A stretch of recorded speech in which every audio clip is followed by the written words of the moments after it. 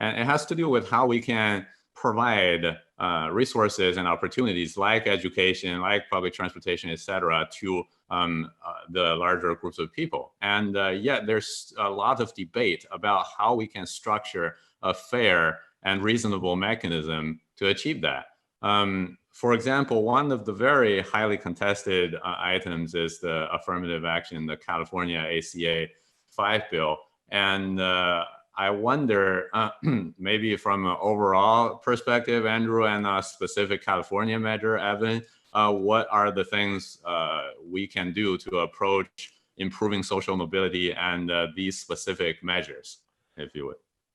This is a very zero-sum type of discussion around an issue that should not be zero-sum, in my opinion. So on the East Coast, it's Stuyvesant and the magnet schools, where you have admission determined almost solely by standardized test, and Asians are vastly overrepresented, Blacks and Latinos vastly underrepresented, and so they look at it and say, well, let's try and fix this. And so then they say, let's try and get rid of this test as the main requirement. And then Asian Americans look up and say, wait a minute, like that is going to end up depriving us of slots that we've been like benefiting from. On the West Coast, it's the UCs, very similar, where they say, look, we're going to rely very heavily on standardized tests. And then Asian Americans, you know, the UCLA, University of Caucasians Lost Among Asians, you know, and so they look up and say, wait a minute, like, once again, Asians very overrepresented, Blacks and Latinos very underrepresented. Like, how do we amend this? Because it's not working for certain groups. And this is the trap. The trap then is that we say, like, wait a minute, this is like destructive to our community. We've been like, you know, like our kids have been studying for these tests. They've been a real ladder of mobility for many immigrant families that came in and just said, look, education, let's make this happen. And so to me, the onus has to be on policymakers and decision makers to look up and not have a zero-sum game when it comes to these school slots. Say, look, what is the problem here? We need to have more educational opportunities for Black and Latino children who, you know, like need a ladder up just like anyone else. Like, so instead of pitting groups against each other, the onus should be like, okay, maybe we need to expand this school. Maybe we need another school. Like, why is it that like we only have one school everyone's freaking fighting over? And then you have this pie that you're then going to slice among ethnic groups, and then Asians feel like they're trapped in this, like, well, we have to fight for our slots. And then it's like a political loser. It's a cultural loser. Like it's not a positive place for us to be. So that to me should be the argument, is like, look, we should not be trying to change practices in a way that are going to be negative for any particular community. We have to try and identify like how to expand the pie and grow it and make it so that more kids can benefit from the educational opportunities or the mobility up. But it's a difficult challenge, because you have to get politicians and policymakers to try and think a little bit bigger.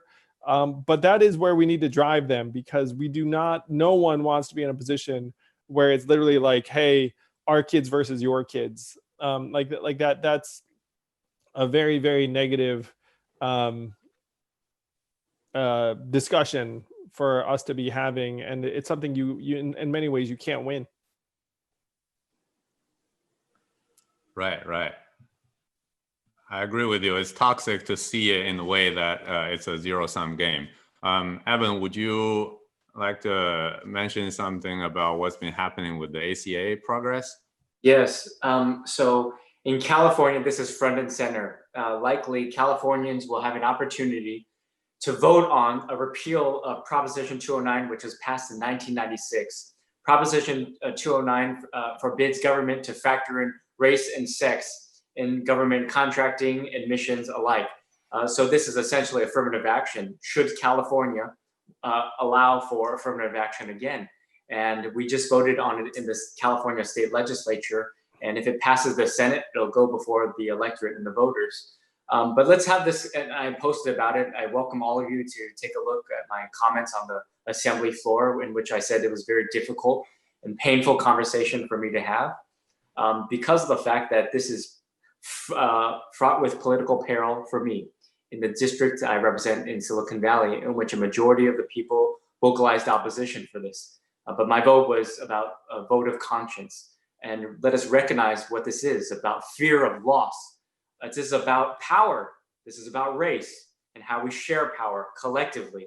And that's why I talked about ethnic studies and recognizing the unconditional allyship that we must demonstrate, which is so critical to this conversation.